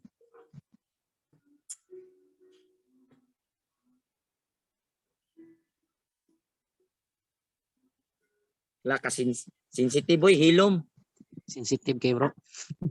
Pero ako po, yun na po yung stand ko doon po sa namin ni Brother Rex na mayroong dalawang senaryo. Yun po ang para sa akin, ang tawagin dapat na kasinungalingan, yung panig sa kasamaan.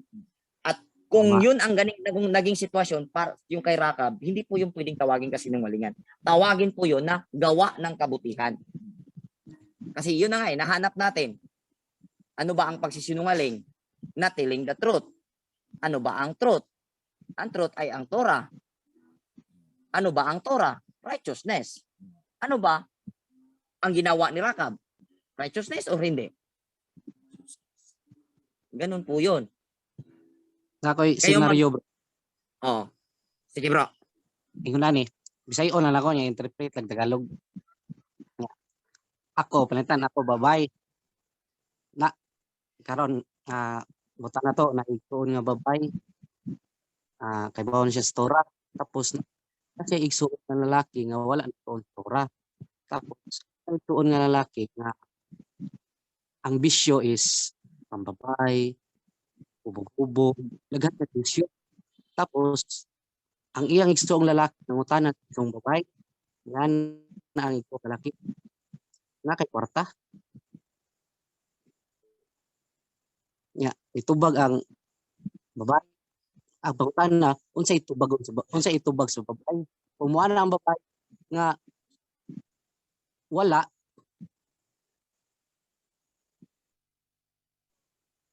pangutan na diha nagkuan ba siya kanang sanay na nagsinungaling ba siya kay kung mo na siya kanang naa pasabot yang hatagan niya gwarta so meaning ni uyon siya sa bisyo sa iyang igsuon. Pero kung mo na siya bala iyang giprotektahan ang igsuon pasala dili sila pato.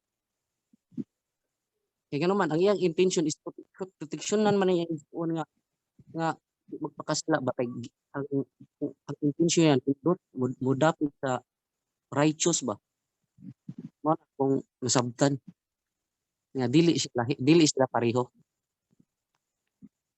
Nakuha mo bro? Kuha bro.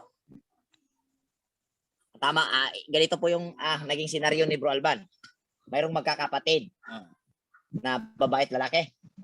Yung babae may pera, tapos yung lalaki mabisyo. Tapos dahil si lalaki mabisyo, tapos si babae na kapatid may pera, at naawa na itong si babae sa kanyang kapatid, one time humingi ito ng pera. Kahit may pera siya, dahil mapera, sinabi niya wala akong pera. Ganon. So hindi natin matatawag yung pagsisinungaling dahil ang pag-deny niya to protect sa kanyang kapatid na hindi mapapahamak na magbisyo. So matawag nating righteous yun. Righteous na gawain. Hindi yun kasamaan or masamang gawain. Tama po yung ni Kuya Howell na depende sa motive. At yun na nga sabi rin ni Bro J na kung may mga ganong sitwasyon, tingnan yung motibo.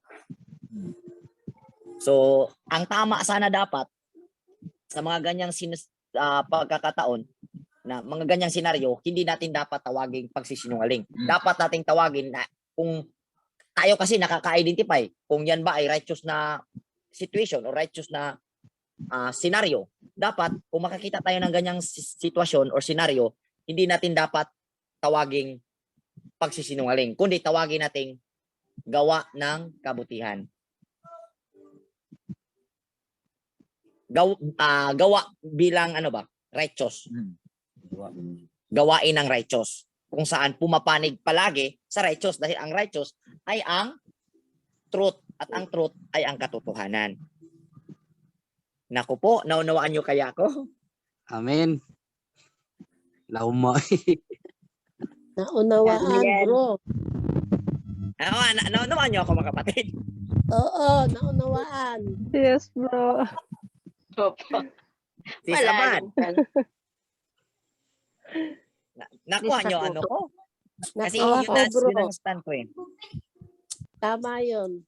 Dapat tawagin sana mga mga gawain or ganong senaryo, hindi tawaging pagsisinungaling. Hindi yung kay Rakab dapat ang tawag nun, naligtas ang Israel dahil sa mabuting gawain ni Rakab. Hindi dapat naligtas ang Israel dahil sa pagsisinungaling ni Rakab. Wrong po 'yon.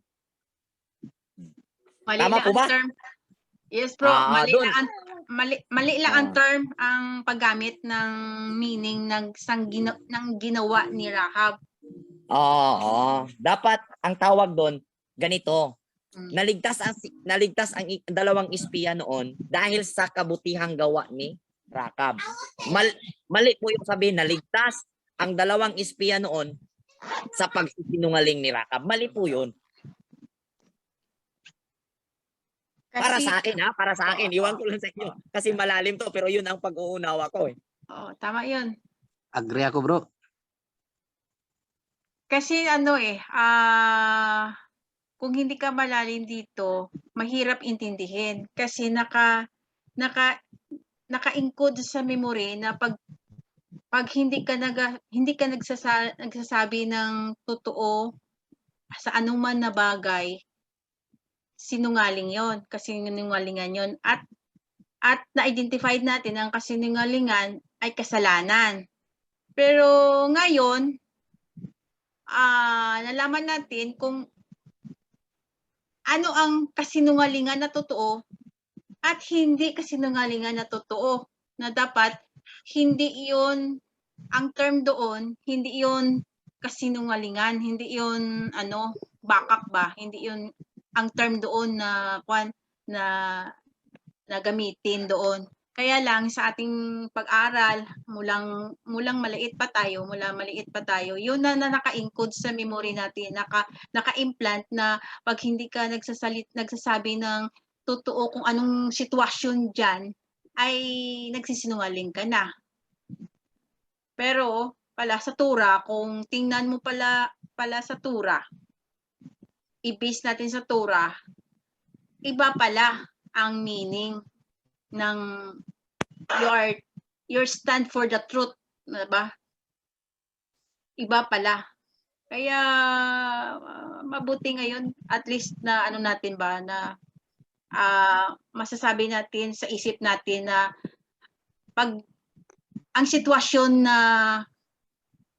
sa atin na yan, bawat isa, makapagsabi ka sa sarili mo na hindi ka guilty.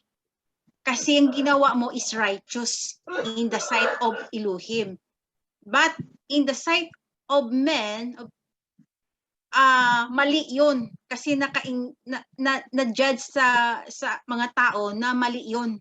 Pero sa iyo, alam mo ang truth, you are standing for the truth, and the truth, yun ang Torah, nakabisa Torah. Yun lang, yun lang po. Yan lang ang akong ma-share, mabigay na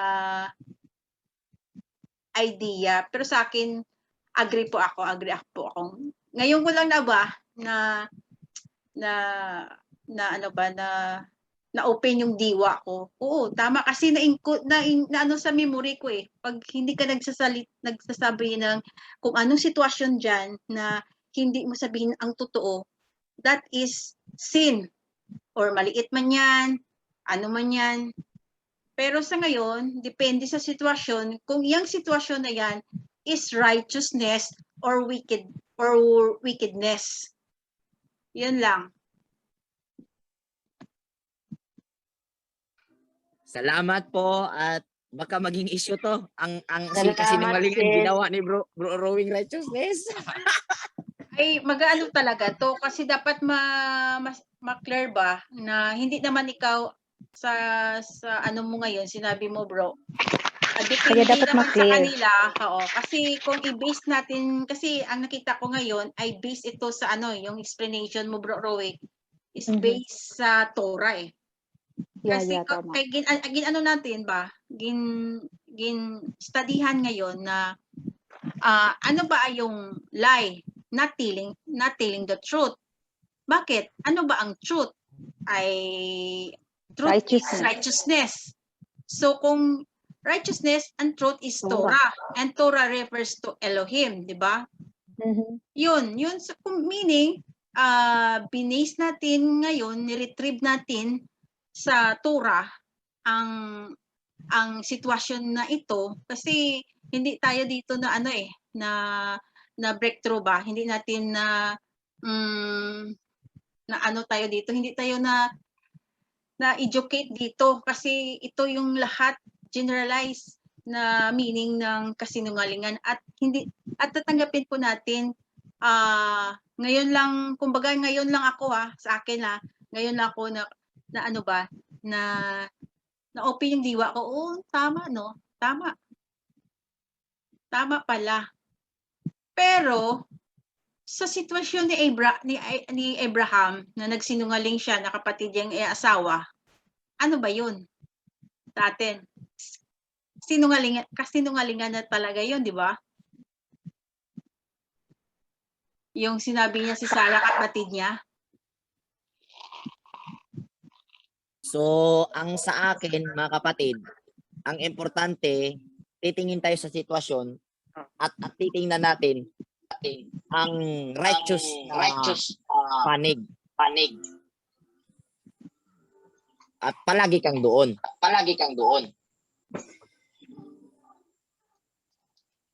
Okay ra mo mga igsoon? Kasi nabuta.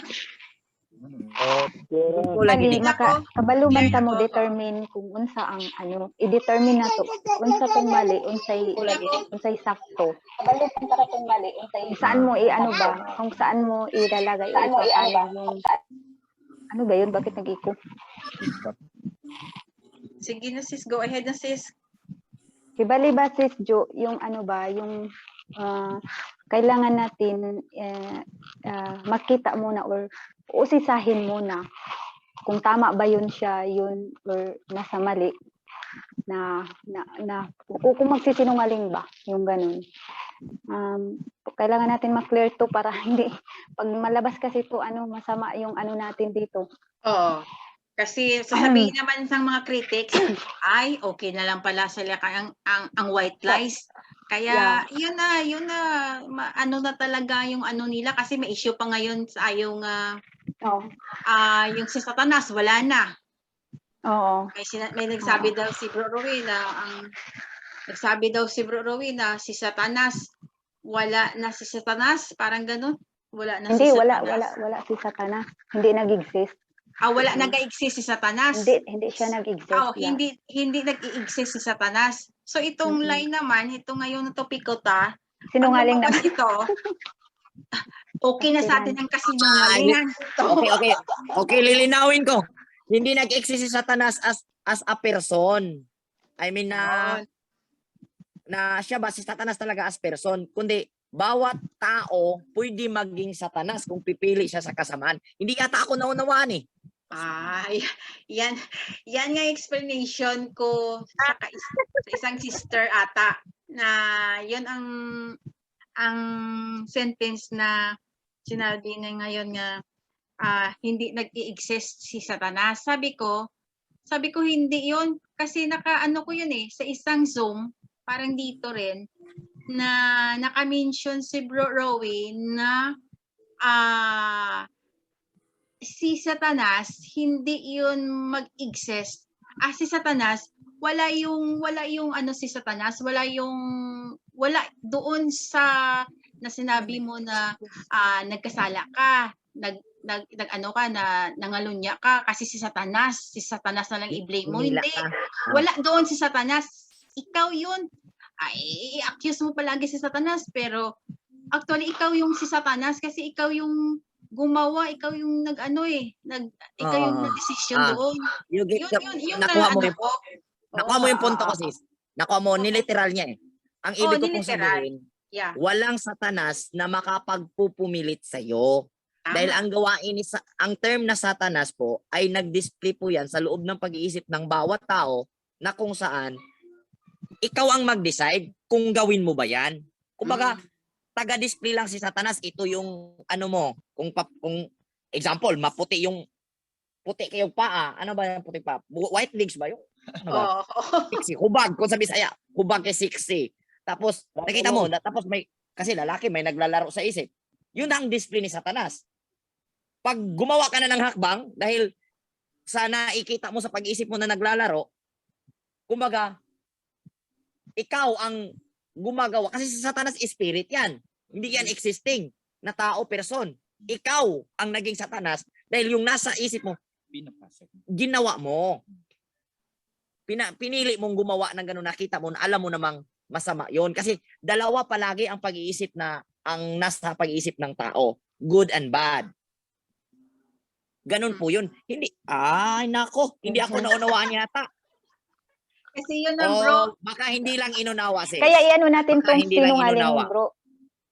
Para i-clear natin Kasi yung dito para. pagdating yun sa pag saglabas nito, pag end nito, ayan na, wala nag-exist si Satanas ngayon.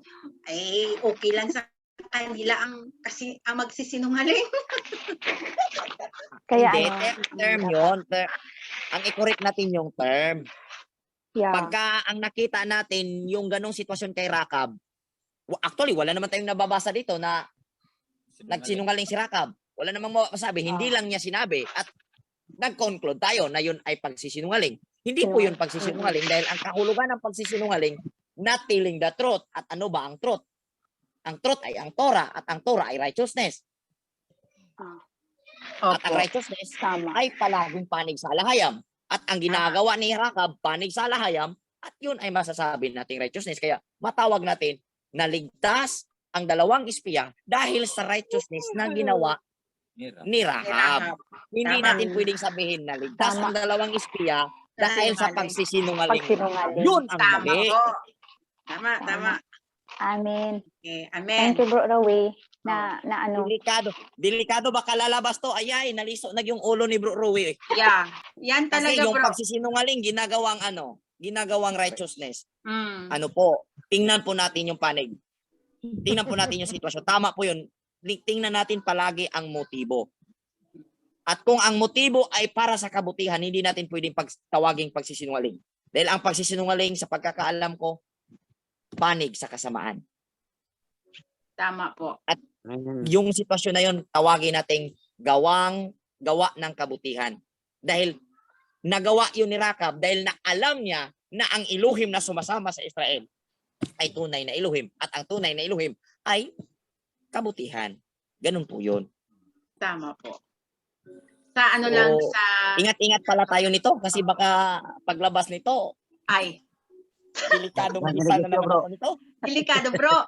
At least, narinig nila ang dalawang panig ngayon about doon sa issue na wala na nag-exist si Satanas at saka itong at least na ma-open dito na iba yung pick up ng kukuting niya. Inane magunises. Ganito kasi yan mga kapatid. Kasabihan ba ng mga Pilipino? Pagka-ulam, dinadala, kasabihan to kinukuhaan. Pero pag istorya, pag-usap, kwento Kinukulang. ay dinadagdagan eh. Dagdag. Dagdag bawas. Yun po ang nangyayari. Ulitin Murag ko para maging eleksyon. malinaw, kung marinig po ito. Ang punto ko po na hindi nag-exist si Satanas, hindi po siya nag-exist as person na pwede kang pilitin para gawin yung kasamaan. Para hindi nag-exist si Satanas na ano ba, mag-ano sa'yo na gawin mo to.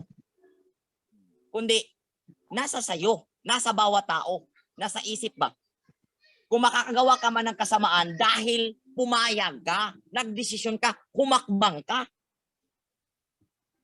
Ang Satanas ay nasa pag-iisip, naka-built-in yan ng bawat pag-iisip ng tao.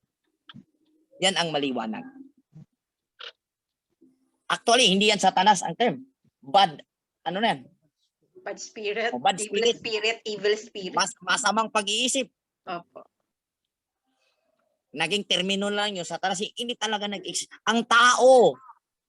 Kasi may freedom tayo. Binigyan tayo ng ano eh. Ay, dapat talaga mag-ano tayo sa aba ng ano. Sabi ni Alhayab, ilalagay ko, o si Moses, ilalagay ko sa inyong harapan ang sumpa at pagpapala. Ang Torah at ang sumpa. Di ba, mahirap ba unawain? Hindi naman siguro ah. Disabad. Tama ba na ang Satanas ay hindi nag-exist para pilitin tayo? Nasa pag-iisip ng tao yan.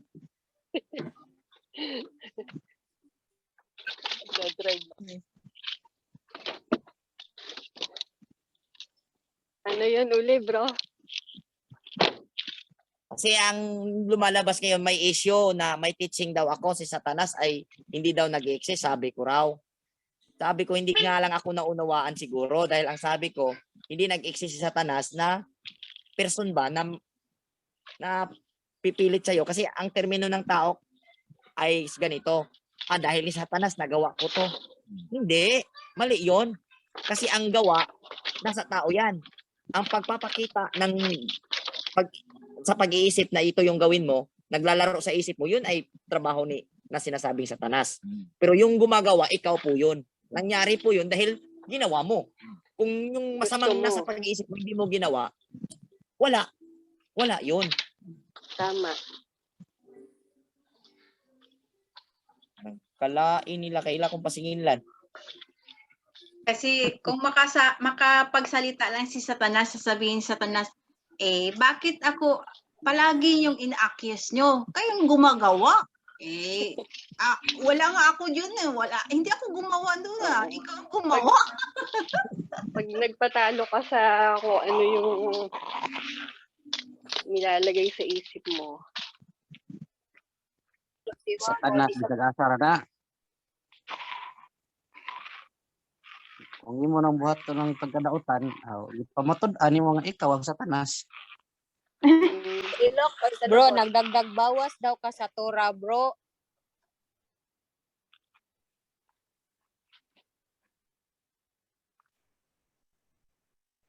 Sis Gay, siya yung nagdagdag or binawasan yung sentence kaya hindi niya maintindihan man ang sentence. So, dinagdagan niya.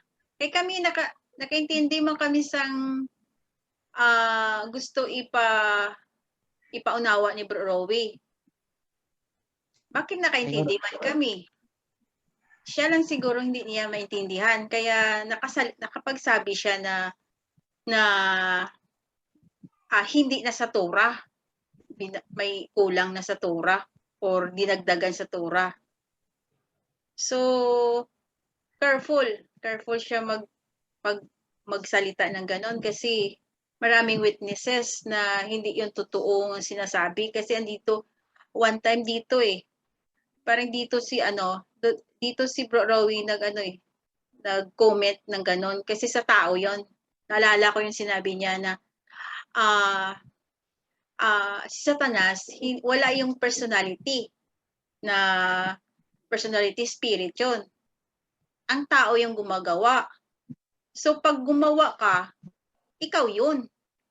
Hindi yun si Satanas kasi dinadiktahan ka. Pero kung hindi ka gusto magpadikta, hindi naman yun makagalaw si Satanas. So meaning, si Satanas na personality na makita mo talaga na literal, wala kang makita kasi spirit yun. Iba lang ang pag-receive niya ng pagsabi ni Bro Rowie, iba ang impact sa kanya, iba ang nasa isip niya na gusto niya Di ba every time kung magsalita si Bro Rowie, ano nintindihan niyo? Kung hindi siya nakaintindi, dapat nagtanong siya. Every time, naunawaan niyo ba? Ay, hindi man siya nagtanong kung hindi niya unawaan. Kasi kami naunawaan namin eh. Pero sa kanya, iba pala yung nasa kuutin niya na dinagdagan na or binawasan na, ang hindi na naka-base sa Torah, iba na. So siya yung iba ang isip.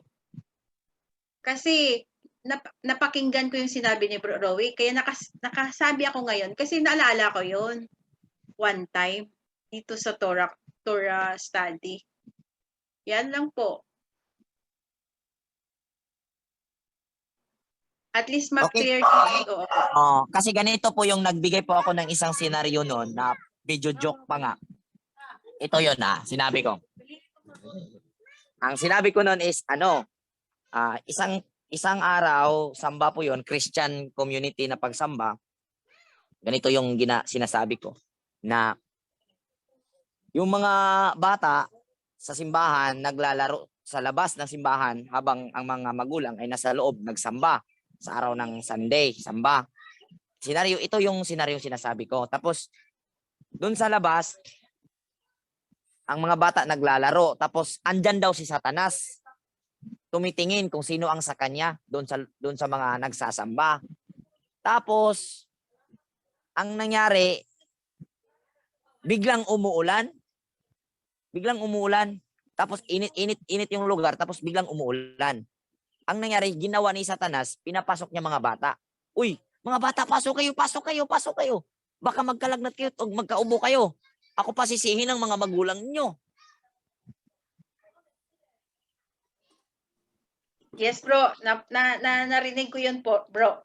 Yun ang senaryo na sinasabi ko na natawa pa nga na sabi ko, ang nangyari na nalagnat ang bata, si Satanas ang pinagbibintangan. Na ikaw sinipon ka si Satanas yun gipadadaan din kog sakit. Hindi po, kakagawan mo yan dahil siguro nagkulang ka sa concern sa iyong sarili, sa pag-aaruga sa iyong sarili at sa mga bata nagkulang ka. Pero si Satanas palaging napagbibintangan. Kaya sabi ko, wala si Satanas. Ang Satanas palagi ay tayo ang gumagawa ng nagkulang maliban katulad na lang ng pangangalo niya or sabi natin paggawa ng masama, may babaeng naglalakad dyan. Tapos ang ganda, palaging dumadaan araw-araw, tapos sexy, tapos nasa pag-isip mo, ang sarap kaya nito, no? Ganun, naglalaro na yung isip mo. Yun na ang gawa ni Satanas. Hanggang doon lang si Satanas. Papakitain ka doon sa pag-iisip mo na yan, ang ganda, maganda, masarap, ganito, ganyan. Tapos, yan lang ang trabaho ni Satanas. Pero yung gawa, sa'yo na po yan Hanggang doon lang si Satanas. Kaya hindi existing si Satanas, ikaw ang gumagawa. Si Satanas na sa pag-iisip, spirit hindi existing as person. Tinanong ko nga, naunawaan ba? Sabi, oo. Tapos yun pala, hindi naunawaan. Problema na niya yun. Tama, bro. Narinig ko po yung sinabi mo na yan. Kaya dyan pala siya nag-base sa sinabi mo na senaryo. Tama naman po yung, agree po ako doon sa senaryo mo kasi totoo yun Hindi yun si Satanas na iisisihin mo. Ikaw yun. Pagkakamali na, kadalasan lalo na Christian, kadalasan si Satanas ang pinagbibintangan. Tapos pagkukulang mo lang pala sa iyong sarili. Tapos Satanas ang pagbibintangan. Hindi po, kasi wala pong ganun Tama po. Kaya ako maka-witness na hindi yun may isang senaryo na nakasabi yun si Bro Rowie, hindi ko lang pero nakasabi siya na yan example yon. At saka tama yung sinabi niya. Hindi talaga na si Satanas mismo siya yung sa'yo yun. Sa'yo yun sa Yung isip tao mo. ang Oo, hindi ko. tao Tama ang yun. ikaw ang kumikilos. Ang Mm. tao ang nag-display lang, gawain ni Satanas na mag-display ito yung panig dito sa kasamaan. Tapos sa kabilang side naman, ito mabuti yung gagawin mo, iwasan mo yan, hindi magagalit ang asawa mo. Tapos pag titingin ka naman sa kabila, pwede naman siguro, hindi naman malalaman ng misis ko. Tapos bukas pagdaan niya, hingan ko ng number. Ayun. Ano na? Ikaw na ang gumagawa. Humakbang ka na. Hindi na sa pag-iisip. Ginawa mo, nung gumawa ka na, dun ka na. Na-drive ka na ni Satanas. Na-drive ka na ng bad spirit. Yun ang hindi niya naunawaan. Ang ibig ko sabihin, walang nag-exist na Satanas na pilitin. Kasi kuha na nga to. Dahil lakaw, ato. Di mo atoon kay hanti ka. Anang magkasakit yung anak mo. Magkalagnat yung anak mo pag hindi mo yan kinakalon niya. May ganun ba? Tama yun, bro. Kaya lang iba yung sa kanya. Iba yung dating sa kanya na ang dating sa kanya wala Hindi, na hindi. ano Hindi ganito. Malinaw. Ganito, At least sis. malinaw at Para sa akin, hindi naman talaga issue yon. Mayroon lang siyang gustong sirain. Hayaan natin. Hindi yan magtatagumpay. Ano yan eh?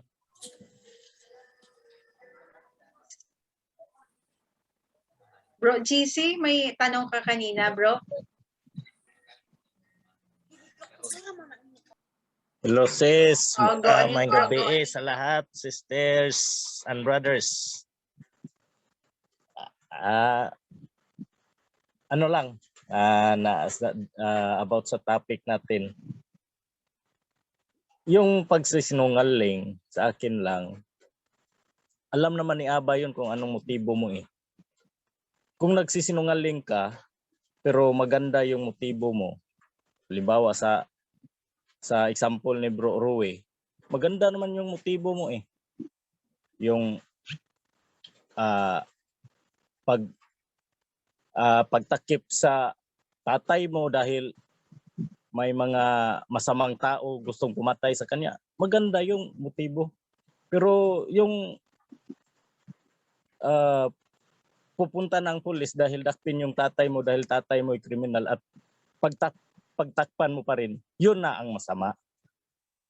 Yun na. So alam ni Abay kung ano ang motive mo sa iyong pagsisinungaling. Yun lang.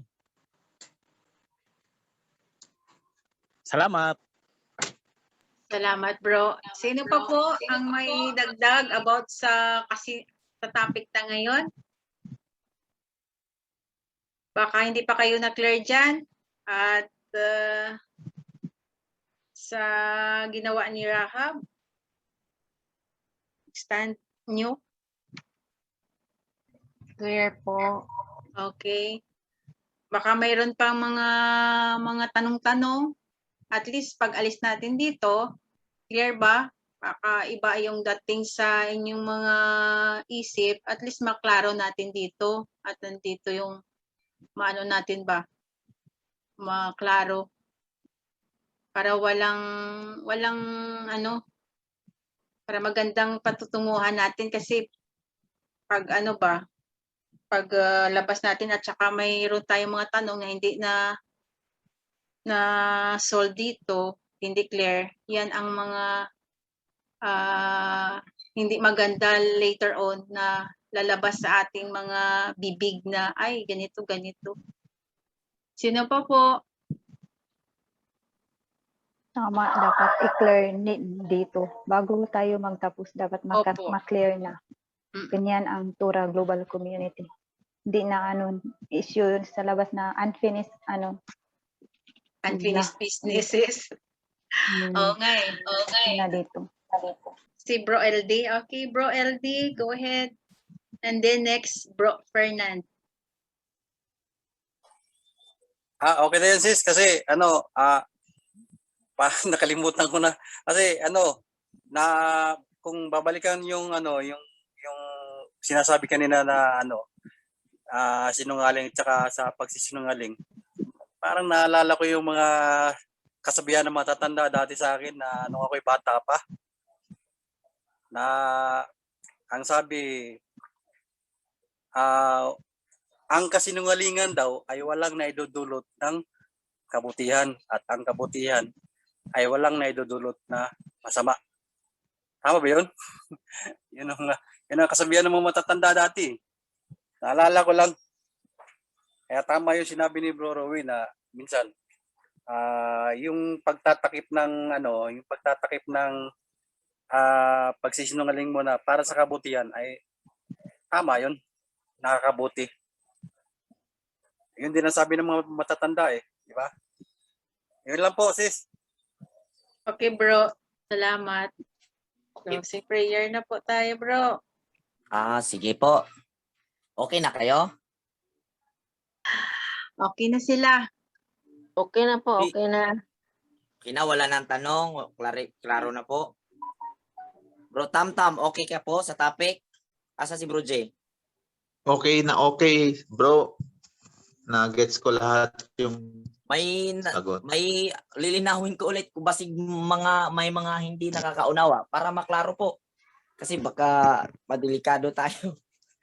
Lalabas na naman yung sinungaling ginawang Yes, bro. For once and for all. Pakiklaro. Klarado po ba? Kasi opinion ko yon at pinakita ko lang. Clear sa Agree. akin, bro. Agree ko na, bro. Para sa akin, clear din. One word is enough for a wise man. Clear po. Amen, nanay. So, closing prayer tayo. Majority na po ang nagsabi. Okay, kampo ta. Amahan og dalaygon nga Elohim, dalaygon ka sa walay katapusan. Salamat Aba sa imong binigay na kapayapaan sa amin. Salamat po na kami po ay nagkakaroon ng pagkakataon na ganito para po mapag-uusapan ang mga bagay-bagay, ang mga kaganapan. Salamat po na kami po ay nakakaunawa sa pamamagitan ng iyong gabay at nakita po namin ang righteousness. At salamat po sa mga kapatiran nandito, maging nasa ibang bansa man, nagsisika po, nagtsatsaga na makikiisa at sumama sa pag-aaral. Salamat po ng marami, Aba. Pagpalain mo po ang bawat isa ng kapatiran na nandito, maging ang aming buong pamamahay, buong tulda, buong pamilya po. Nawa po kung kami ay makagawa ng kabutihan, panig sa iyong kabutihan, mga desisyon namin, katulad po din ni Rakab na buong kanyang angkan ay niligtas sa kapahamakan. Kaya salamat po ng marami, Aba, sa pagpapala mo. At maging sa mga nag-iisip ng negative sa amin, humahangad ng aming ikababagsak. Ikaw na po ang bahala, Aba. Nakikita mo po ang puso namin, nakikita mo po ang puso ng taong kumakalaban sa katotohanan. Kaya ikaw po ang bahala, Aba. Pinagpipray po namin, pinapanalangin po namin na ang kapayapaan ay babalot sa aming kalagitnaan, sa aming pagsasama, sa aming pagkakaisa dito sa Torah community. Ang lahat ng ito ay inihiling namin sa nag-isang dakilang pangalan mo na ibinigay mo sa amin sa pamagitan ng iyong bugtong anak, Yahweh Shai HaMashiach. Amen. Amen. Amen. Amen.